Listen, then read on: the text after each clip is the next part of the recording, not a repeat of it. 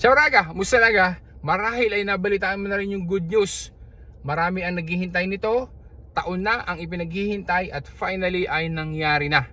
Kahapon, August 10, 2026 ay nag-announce sa kanilang official Facebook page ang Philippine Embassy in Italy regarding doon sa agreement para sa pag-amyenda ng Memorandum of Understanding sa automatic conversion ng Philippine driver's license to Italian para magkaroon ng patente di guida dito sa Italia at makapag-drive. So gusto ko lang itanong sa Iraga, ikaw ga ay kasama din doon sa marami nating mga kababayan na naapektuhan nito. Taon na yung ating ipinaghintay regarding sa balita na ito. Ikaw ga ay ano ang reaction mo tungkol dito? At sana Raga, makapag-comment ka kung ikaw ga ay naapektuhan din ito.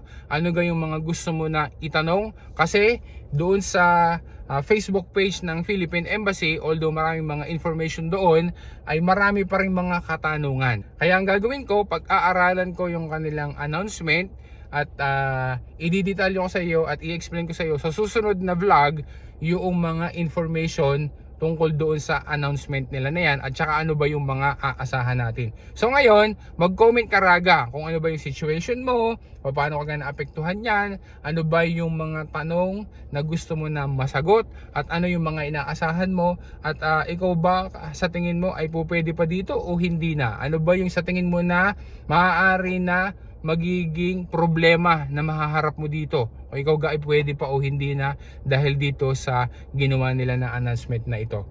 And hopefully ikaw ay makakasama pa diyan dahil alam naman natin na mahirap kumuha dito ng patente di guida kung ikaw ay mag-i-exam pa dito. Lalo na ngayon dahil mayroong kambyamento na mas marami pa at nadagdagan pa yung mga gastos, yung mga fees para doon sa pagkuha ng driver's license dito sa Italia kapag ka ikaw ay nag-eskwela guida.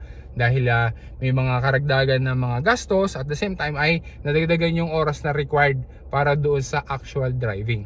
Kaya Raga, sana ma-share mo rin ito para malaman ng iba at makapag-comment din sila kasi sa tingin ko, base doon sa kanilang announcement na magbe-benefit daw dito ang mahigit sa 2,000 ng mga kababayan nating OFWs dito sa Italia.